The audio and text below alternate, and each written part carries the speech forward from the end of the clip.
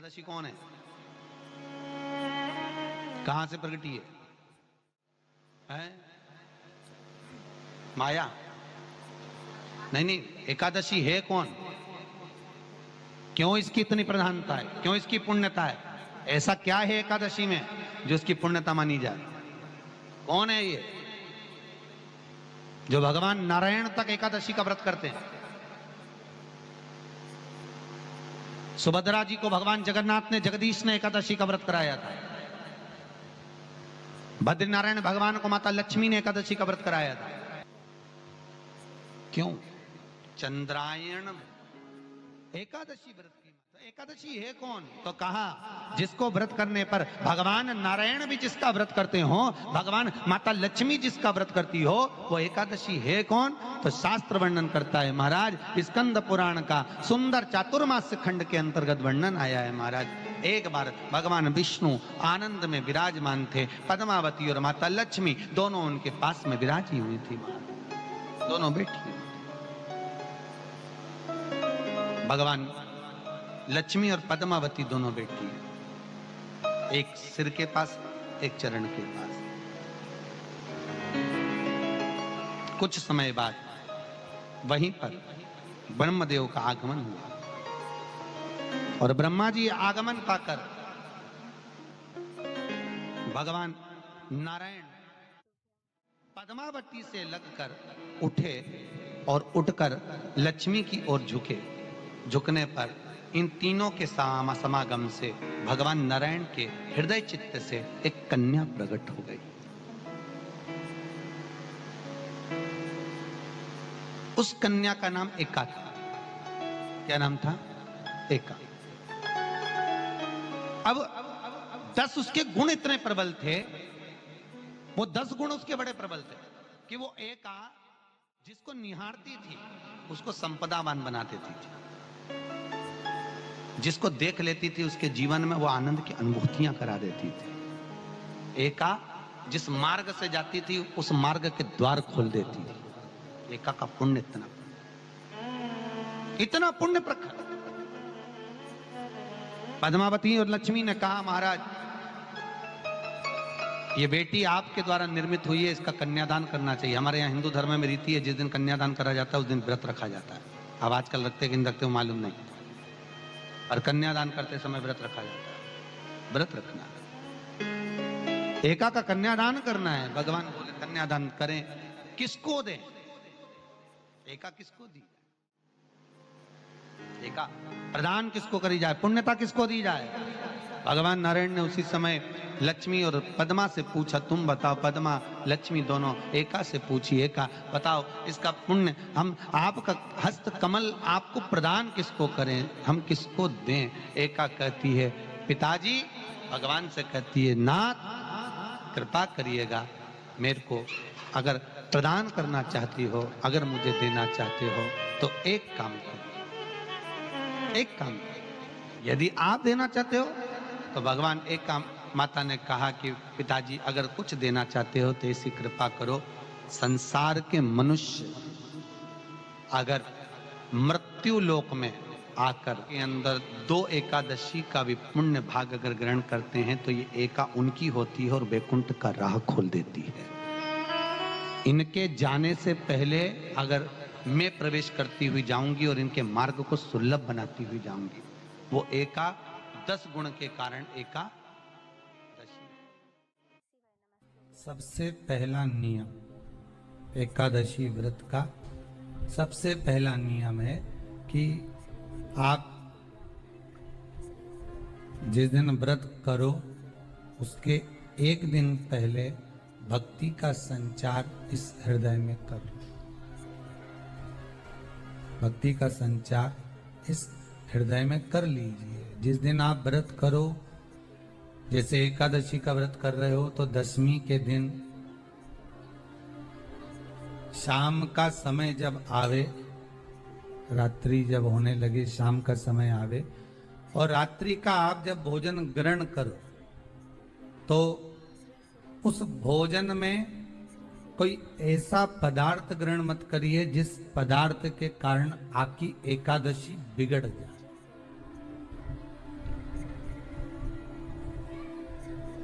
एकादशी का दूसरा नियम बहुत ध्यान से सुनिएगा।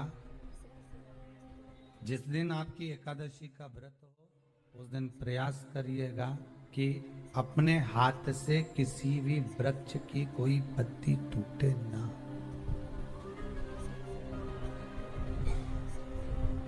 अपने हाथ से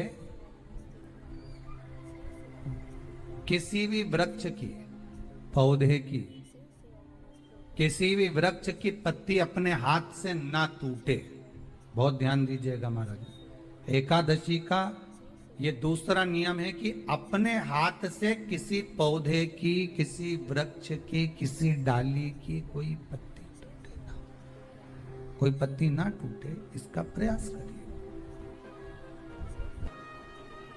यहां पर तीसरे नंबर का जो, चौथे नंबर का जो उपाय बताया है, उपवास करने का जो नियम बताया, उसमें वर्णन किया। एकादशी के दिन अगर आपका व्रत है तो आप भूलवश भी डब्बे में रखी हुई रोटी गाय को ना देते हुए कुछ थोड़ा सा फल, फलहार, कोई केला, कोई सेब, जो आप खाते हो, अंगूर, पपीता, जो आप ग्रहण कर रहे हो, उसका थोड़ा सा भाग आप गाय को प्रदान करो। आप गाय को दीजिए।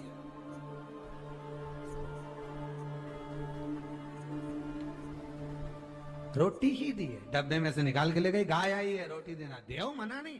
बाकी के दिन आप आपके बेटे से कह दो रोटी दिया बेटा जा, पर आप अपने हाथों से, आपका व्रत है तो आप फलाहार आप कर रहे हो तो फलाहार का ही दान गौ माता को दीजिए।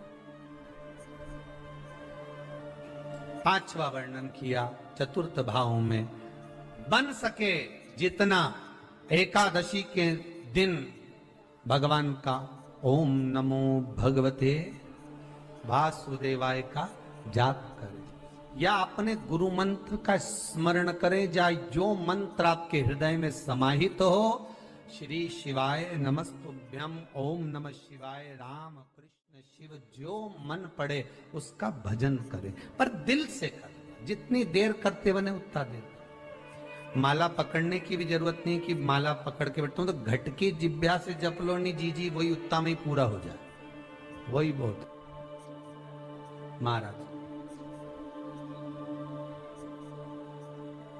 पांचवा नियम कहा, जिस दिन आपका व्रत रहे किसी निंदक से बात ना करें। निंदक जानते हो?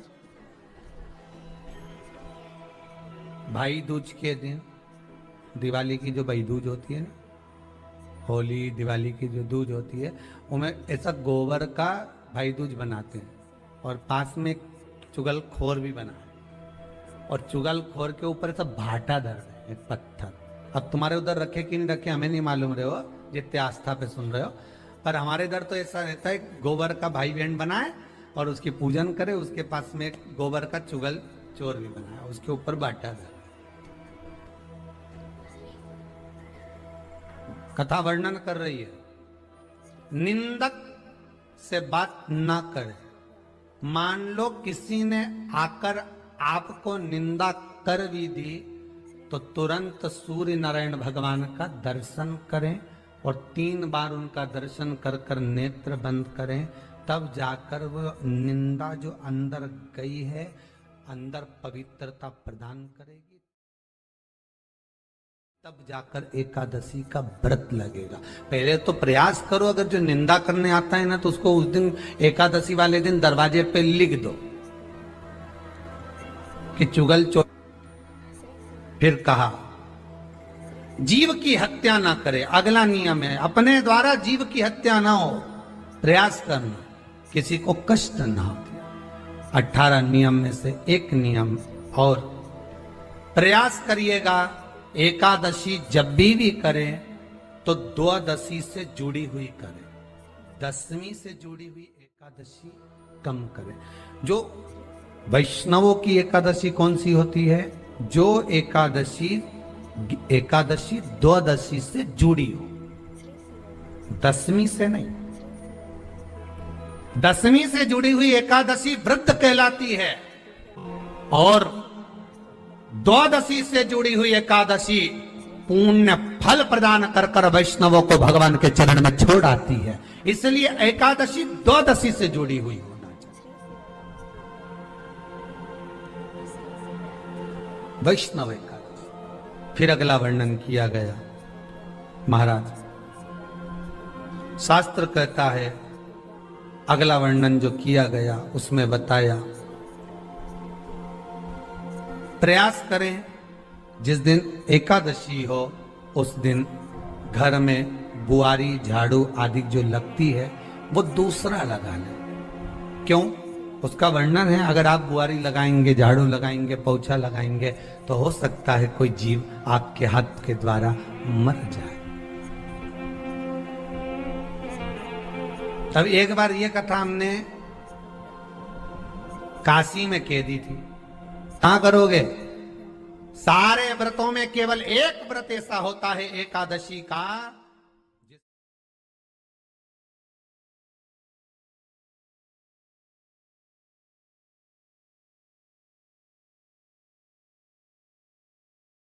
का उद्यापन पहली एकादशी पर भी कर सकते हो। सारे उद्यापन में केवल एक उद्यापन ऐसा होता है, सारे व्रतों में एक व्रत का उद्यापन ऐसा होता है, वो है एकादशी का। ये जरूरी नहीं कि 26 पूरी होगी तभी तुम करोगे, या तो पहली में ही कर लो या फिर 26 पूरी हो तब कर। पर उद्यापन, अब तुमको ऐसा लगे कि हाँ मैं अभी तो जीऊंगी हो, अभी तुम्हारा बाल भी धोला नहीं हुआ, तुमको ऐसा लगे तो अभी तो मैं तो बढ़िया, तो पहली पर करने से क्या फल मिलेगा? तो एकादशी की नियमावली कहती है, अगर मान लो आपने पहली एकादशी पर भी उद्यापन कर लिया, इसके बाद में जितनी एकादशी करोगे वो सारी तुम्हारे खाते में जुड़ती जाएगी। मतलब बैंक में खाता खोल लो, ठीक है? खाता खोल लिया, अब जितना कमाता जाओगा उसमें डालते जाओ, जितनी कमाई करके लाओगे उसमें जमा करते जाओ। एकादशी एक बार उद्यापन पहले में भी हो गया तो बाकी का पुण्य तुम्हारे खाते में आ जाए, उसका पुण्य। एकादशी का उद्यापन बड़े महीने में माघ शुक्ल एकादशी के दिन, माघ का महीना 11-12 शुक्ल एकादशी हो जाए, 26 हो जाए तो ज्यादा एकादशी तो आप करें। तो माघ महीने की शुक्ल पक्ष की एकादशी के दिन आप उद्यापन करें, प्रयास रखें, प्रयास। बड़े महीने के अंतर्गत जो उद्यापन, हाँ चतुर्मास के अंतर्गत उद्यापन नहीं होता एकादशी का, बहुत ध्यान दीजिए। ये जो सावन भादो कुंवर कार्तिक जो 4 महीना होते हैं भगवान के शयन करने के, इसके अंतर्गत एकादशी का उद्यापन नहीं होता, और इसके अंतर्गत उद्यापन करना भी नहीं चाहिए एकादशी। एकादशी का उद्यापन माघ महीने की शुक्ल पक्ष की एकादशी के दिन आप बहुत प्रेम से आनंद के साथ करिए महाराज। परंतु एकादशी के उद्यापन में सबसे ज्यादा अगर कुछ जरूरी होता है तो 24 तरह का नैवेद्य जरूरी होता है। कितने तरह का? 24 तरह का नैवेद्य। अब आप कहोगे गुरुजी उद्यापन हम कर रहे हैं एकादशी का, तो उसमें तो फलहार का हमें नैवेद्य बनाना चाहिए। तो फिर ये पुराण के अंतर्गत स्कंद पुराण में ये चीज लिखी है कि एकादशी का जब उद्यापन करते हैं तो 24 तरह का नैवेद्य बनाकर सिद्ध करते हैं। 24 तरह का नैवेद्य जान रख लेना, का हलवा बना लो, खीर बना लो, पूड़ी बना लो, सब्जी बना लो, पकोड़ा बना लो, भजिया बना लो, ऐसे 24 तरह का नैवेद्य अलग अलग चाहिए।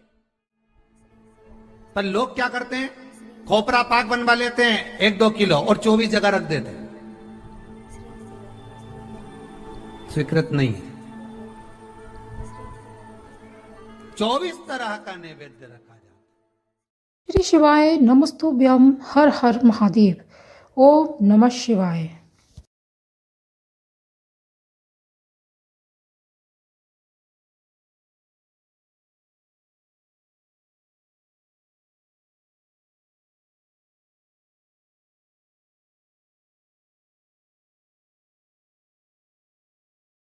कांडी ब्राह्मण को बुलाकर जो भगवत सेवा में एकादशी का उद्यापन कराए, उन ब्राह्मण के चरणों को नमन कर कर प्रणाम कर कर एकादशी का पूजन करवाइए और उस मंडल के पूजन कराकर हवन द्वादशी को कराइए। एकादशी को बताए हैं, इन्हें आप कर सकते हैं। एकादशी के शिव महापुराण कथा के जो द्वारा हवन होता है वो पंडित प्रदीप मिश्रा जी कहते हैं कि एकादशी यानी 11 के दिन आपको अपने ईश्वर की पूजा करनी चाहिए।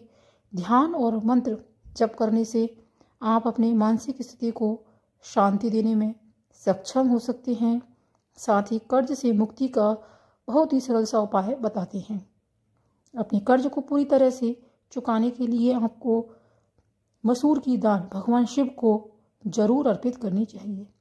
जब आप मसूर की दाल चढ़ाएं तो ओम ऋण मुक्तेश्वर महादेव नमः मंत्र का जाप अवश्य करें। अगर आपके घर में पैसों की तंगी है, आर्थिक समस्या का आपको सामना करना पड़ता है, तो आप एकादशी का व्रत आपको आर्थिक स्थिति की दिशा में मार्गदर्शन कर सकता है। प्रदीप मिश्रा जी ने बताया है, यह व्रत आपको वित्तीय संयम और सावधानी के महत्व को सिखाता है। व्रत के दौरान आपको अपने विचार करने का समय मिलता है कि आपके पैसे कैसे बचाए जाएं और उन्हें कैसे निवेश करें ताकि आपकी आर्थिक स्थिति में सुधार हो सके। दिन दान करने का भी विशेष महत्व होता है। यह व्रत आपको दान करने की महत्वपूर्ण बात सिखाता है। आर्थिक समस्याओं के समाधान के लिए धन का दान कर सकते हैं। इससे आपकी आर्थिक स्थिति में सुधार होता है।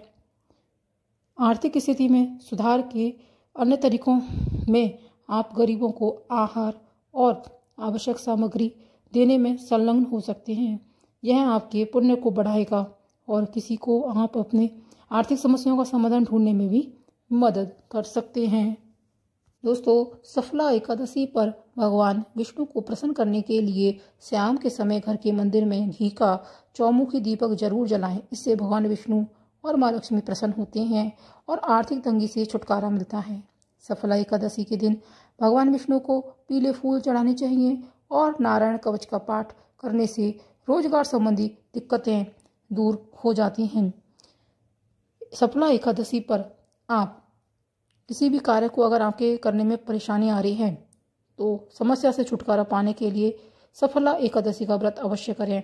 और जो लोग इस व्रत को सही विधि विधान से करते हैं उनको अपने कार्यों में जल्दी सफलता मिलती है।